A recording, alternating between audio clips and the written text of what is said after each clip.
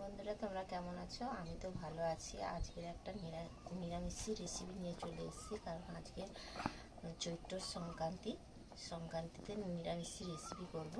তার জন্য পটলগুলো কীরকম করে কেটে নিয়েছি দেখো। পটলগুলো এরকম করে কেটে নিয়েছি, আর পটলেরই কি নিরামিষি করব। আগে পটল ভেজে নেবো। কড়া বস করে দিয়েছি, তেল দিয়ে দিচ্ছি। পটলগুলো ভালো করে ভেজে নেব।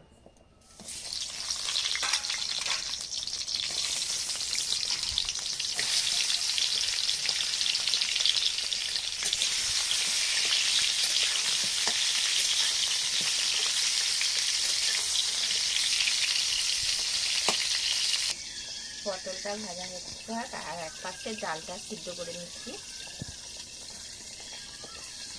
পটলটা ভাজা হয়ে গেছে, দেখো লাল লাল করে পটল ভেজে নিয়েছি। এবার পটলটা তুলে নেবো। এবার পটলটা ভাজতে ভাজতে আমার ডালও হয়ে গেছে।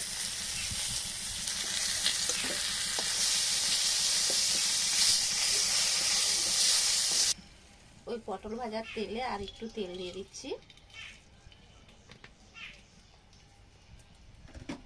একটা তেজপাতা, তিনটে এলাচ, একটু দারুচিনি আর লবঙ্গ, আর একটা শুকনো লঙ্কা।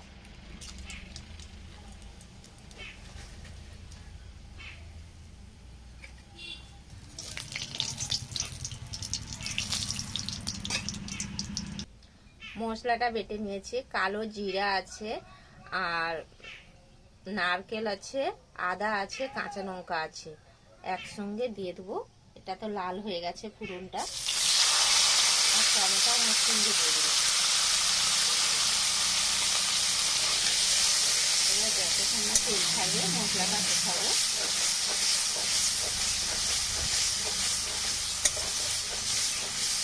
মশলা থেকে তেল ছেড়ে দিচ্ছে। এবার হলদি দিয়ে দেবো।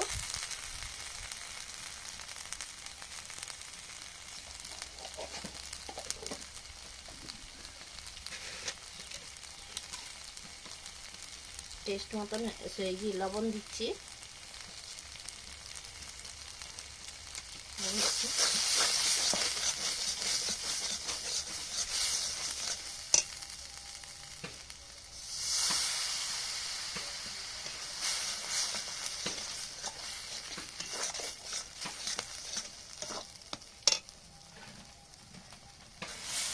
বন্ধুরা, একসঙ্গে পোস্তও আছে, আমি ভুলে গেছি বলতে। পোস্তও দিয়েছি একসঙ্গে বেটে, একসঙ্গে বেটে নিয়েছি সব কিছু।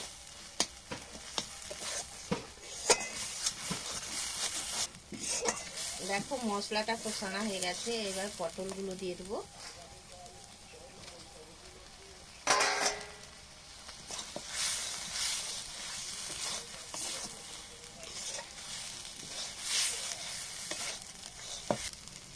কষানো হয়ে গেছে। গরম জলটা কড়া ছিল আগে থেকে, গরম জলটাও দিয়ে দিচ্ছি।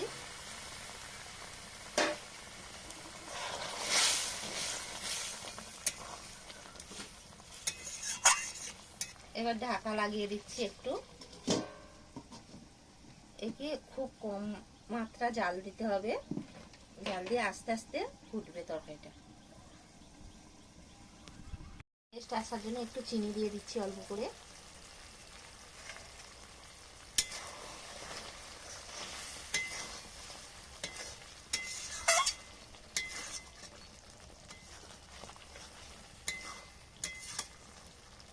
এবার লাভিয়ে নেব। কালারটা কেমন, কত সুন্দর হয়েছে দেখো। তোমরাও বাড়িতে এরকম বানিয়ে নিরামিষি তরকারি খেয়ে দেখবে কেমন লাগে, কমেন্টে বলবে। ভিডিওটা ঠিক।